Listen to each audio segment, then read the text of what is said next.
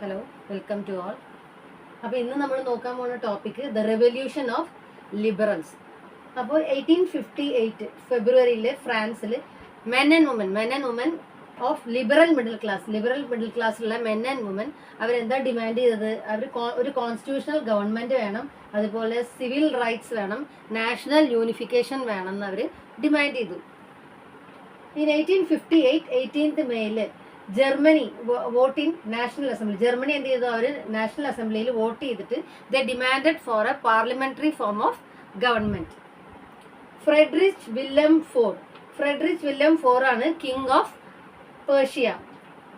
He opposed it. ആള് അത് oppose ചെയ്തു. അങ്ങനത്തെ ഒരു ഇതിവിടെ കൊണ്ടുവരാൻ പറ്റില്ല, അതായത് പാർലമെന്ററി ഫോം ഓഫ് ഗവൺമെന്റ് ഇവിടെ കൊണ്ടുവരാൻ പറ്റില്ല പറഞ്ഞിട്ട് ആളത് ഒപ്പോസ് ചെയ്തു. അപ്പോൾ എന്തുണ്ടായി? Women all participated in political meetings. അവർ പൊളിറ്റിക്കൽ അസോസിയേഷൻസ് ഉണ്ടാക്കി, ന്യൂസ് പേപ്പേഴ്സ്, അതൊക്കെ അവർ സ്റ്റാർട്ട് ചെയ്തു. ലാസ്റ്റ് മൊണാർക്കി അവർ തന്നെ ഗ്രാൻഡ് ചെയ്തു. മൊണാർക്കി ഗവൺമെന്റ് തന്നെ അവരുടെ ഡിമാൻഡ് അവർ ഗ്രാൻഡഡ് ദർ കൺസെഷൻ. അവരുടെ ഡിമാൻഡ് അവരെ അംഗീകരിച്ചു. അപ്പോൾ എന്തുണ്ടായി? സെർഫ്ഡം ആൻഡ് ബോണ്ടഡ് ലേബർ, അടിമധർമ്മം, അതൊക്കെ അബോളിഷ് ചെയ്തു. എവിടെ? In Habsburg and in Russia. Okay, next topic is the making of Germany and Italy. Germany Italy എങ്ങനെ ഉണ്ടായി യൂണിഫൈഡ് ആയി, ഒരു നേഷൻ ആയി എന്നുള്ളതാണ്.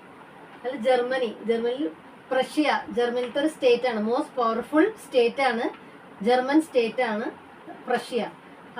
It wanted a unifying German state. പ്രഷ്യക്കുള്ള ആവശ്യമായിരുന്നു ഒരു യൂണിഫൈയിങ് ജർമ്മൻ സ്റ്റേറ്റ് വേണമെന്നുള്ളത്. ഓട്ടോമൻ ബിസ്മാർക്ക് എന്ന് പറഞ്ഞത് പ്രൈം മിനിസ്റ്റർ ഓഫ് പ്രഷ്യയാണ്. ആൾ ഈ പ്രോസസ്സിനെ അത് ടുക്ക് ചെയ്തു, ആൾ ഈ പ്രോസസ്സിനെ കൊണ്ട് ഫോർവേഡ് ചെയ്തു. അപ്പോൾ എങ്ങനെ 3 വാറാണ് ഉണ്ടായത്.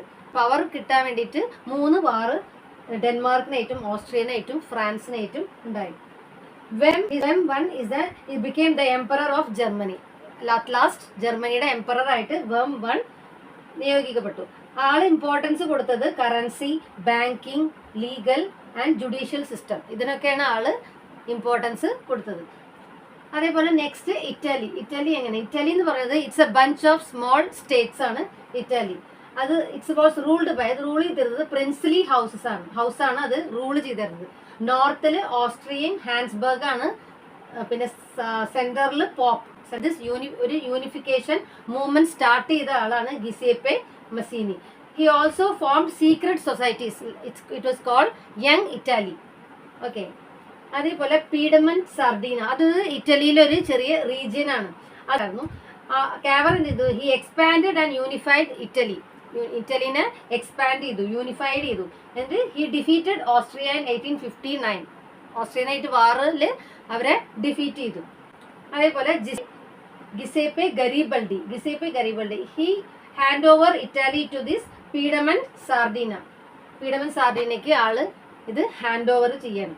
ഇത് 1861 Victor Emmanuel II, he was proclaimed as the king of Italy. Hope you all understood the topic. Thank you.